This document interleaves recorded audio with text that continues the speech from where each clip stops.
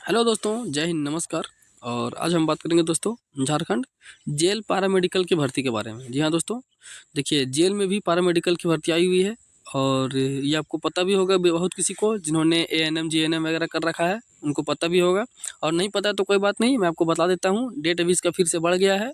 Last date था इसका दोस्तों 7 फरवरी तक, जो बढ़ के आगे चल गया है। तो चलिए मैं आपको बतलाता हूँ क्या इसका रिक्रूटमेंट वगैरह का, क्या इसका क्राइटेरिया है, क्या एलिजिबिलिटी मांगा गया है, सारा कुछ मैं आपको बतलाता हूँ। तो चलिए आगे बढ़ते हैं। सबसे पहले यहाँ पे देखिए 28 जनवरी को ये नोटिस आया हुआ है, 28 जनवरी 2026 को 6:26 में, ठीक है, शाम में। तो चलिए आगे देखते हैं। देखिए सबसे पहले हम बात करेंगे इसका डेट पर कि अप्लाई करने का डेट क्या है। ठीक है दोस्तों, देखिए यहाँ पे अप्लाई डेट जो इसका है 8 जनवरी से स्टार्ट हो चुका है, 8 जनवरी 2026 से। इसका लास्ट डेट है 26 फरवरी तक। इसका दोस्तों लास्ट डेट था इसका 7 फरवरी तक, लेकिन इसको डेट बढ़ा के कर दिया गया है 26 फरवरी तक। अभी एग्जाम डेट वगैरह कुछ क्लियर नहीं किया है। अब देखिए यहाँ पे वैकेंसी डिटेल की बात करें तो पैरामेडिकल रेगुलर के लिए 48 पोस्ट है और बैकलॉग के लिए 3 पोस्ट है। मतलब कुल 51 पोस्ट पर ये वैकेंसी आई हुई है। और किस किस चीज़ के लिए है, और यहाँ पे कैटेगरी वाइज भी डिटेल किया गया है, पोस्ट और कैटेगरी वाइज डिटेल किया गया है। देखिए यहाँ पे महिला नर्स के लिए जो है एएनएम का है, जिस किसी ने भी एएनएम कर रखा होगा ये महिला नर्स के लिए है, जिसमें सिर्फ जनरल के लिए 2 पोस्ट है। ठीक है दोस्तों, पुरुष नर्स के लिए वो भी एएनएम के लिए है, जिसमें देखिए यहाँ पे मैं आपको बतला रहा हूँ। जनरल में 11 पोस्ट है, एसटी के लिए 7 है, एससी के लिए 3 है, ओबीसी 1 और ओबीसी 2 के लिए भी 3-2 है, ईडब्ल्यूएस के लिए 2 है। इस प्रकार से टोटल 28 पोस्ट है। मतलब पुरुष नर्स के लिए जो एएनएम कर रखे हैं उनके लिए टोटल 28 पोस्ट है। ठीक है, और कास्ट वाइज आप देख सकते हैं। फार्मिस्ट के लिए भी 1-1 पोस्ट है, 2 पोस्ट है। मिश्रक कंपाउंडर के लिए टोटल 10 पोस्ट है।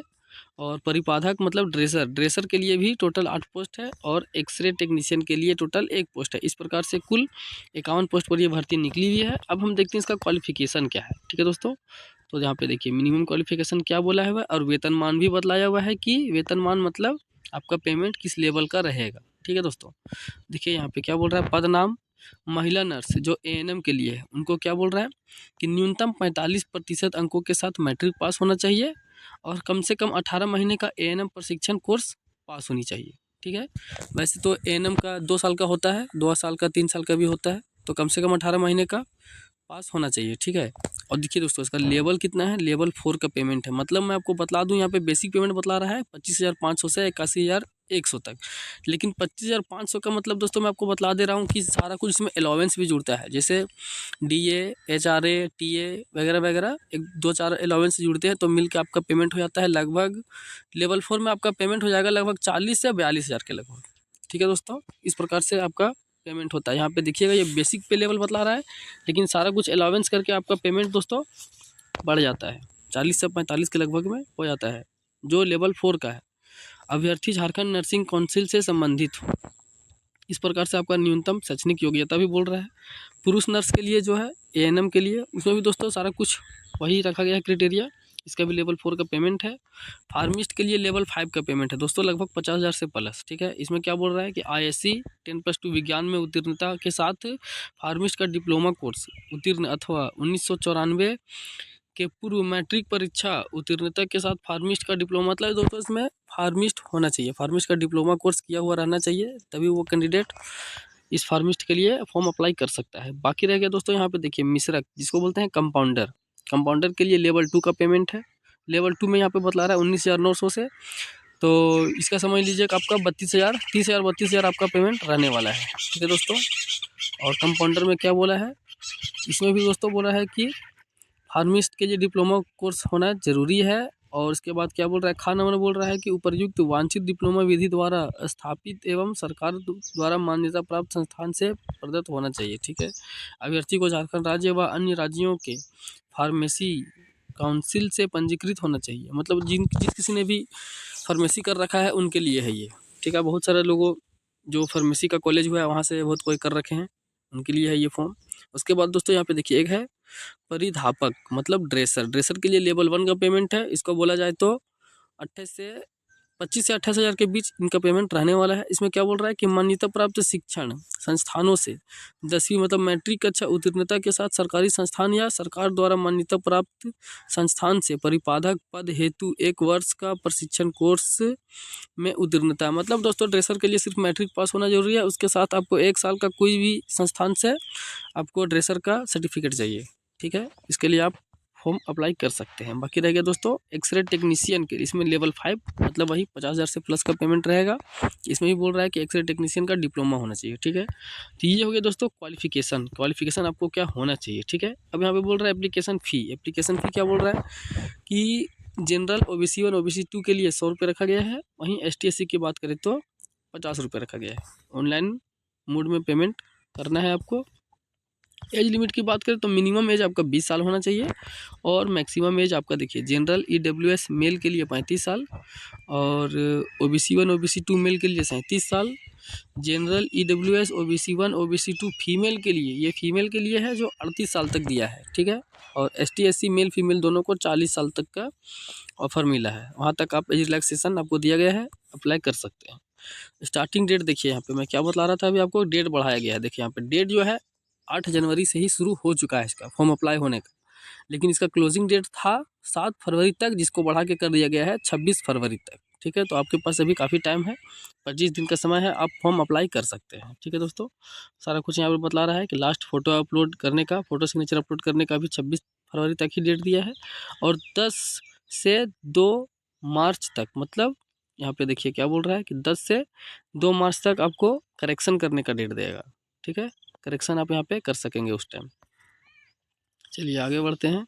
एग्ज़ाम वगैरह का कुछ एग्ज़ाम का डेट वगैरह तो नहीं दिया दोस्तों, लेकिन सिलेक्शन प्रोसेस बतला दिया। प्रोसेस क्या बोल रहा है, कमीशन विल टेक OMR और CBT बेस्ड एग्जामिनेशन, मतलब आपका OMR टेस्ट होगा जो ऑब्जेक्टिव टाइप होता है। ठीक है, वही आपका एग्जाम होगा। कंप्यूटर बेस्ड टेस्ट वही होता है CBT, कंप्यूटर बेस्ड टेस्ट। ठीक है, तो आगे देखते हैं। The exam will be taken in 1 stage main examination, मतलब सिर्फ आपका 1 स्टेज का एग्जाम होगा। 1 स्टेज का, आपको कोई मेंस वगैरह देने की ज़रूरत नहीं है। आप ऑब्जेक्टिव आपको लगाना है, अगर आप पास हो जाते हैं तो आपका सिलेक्शन हो जाएगा। ठीक है, यहाँ पे देखिए क्या बोल रहा है कि कैंडिडेट अप्लाई फॉर ड्रेसर, जो ड्रेसर के लिए अप्लाई करेंगे उनको सिर्फ पेपर 1 का एग्ज़ाम देना होगा। बाकी जो है मेल नर्स है, फीमेल नर्स है, मिक्सर है, फार्मासिस्ट है और एक्सरे टेक्नीशियन है, इनको 2 पेपर का एग्ज़ाम देना होगा, first and second paper both. ठीक है, दोनों का एग्ज़ाम देना होगा, मतलब 2 पेपर रहेगा लेकिन एक ही दिन में एग्जाम होगा और दोनों ऑब्जेक्टिव टाइप ही होगा। ऐसा नहीं कि कोई मेंस वगैरह लिखना है, ऐसा कोई बात नहीं है। आगे देखिए यहाँ पे क्या बोल रहा है कि एग्ज़ाम आपका जो होगा ऑब्जेक्टिव होगा और 3 नंबर रहेंगे पर क्वेश्चन के। ठीक है, एक क्वेश्चन पर 3 नंबर दिया जाएगा। अगर आप गलत करते हैं, रॉन्ग आंसर लगाते हैं तो 1 नंबर आपके माइनस भी होंगे, 1 नंबर आपका काट लिया जाएगा। ठीक है, एग्ज़ाम जो होगा आपका बोथ बाइलिंगुअल होगा, जिसको बोलते हैं दोनों लैंग्वेज में होना, हिंदी और इंग्लिश दोनों में होगा। ठीक है, पेपर 1 का जो एग्ज़ाम होगा, जैसे कि ड्रेसर के लिए, जो ड्रेसर के लिए नहीं दोस्तों, कंपाउंडर के लिए, हाँ भाई ड्रेसर के लिए, कंपाउंडर के लिए नहीं, ड्रेसर के लिए जो पेपर 1 का एग्ज़ाम सिर्फ होगा, वो किस किस लेवल का क्वेश्चन रहेगा, तो मैट्रिक लेवल का क्वेश्चन रहेगा, मतलब 10th स्टैंडर्ड का लेवल का क्वेश्चन रहेगा उसमें। ठीक है, और चलिए आगे देख लेते हैं अप्लाई कैसे करेंगे, ये सारा कुछ वगैरह दिया हुआ है दोस्तों।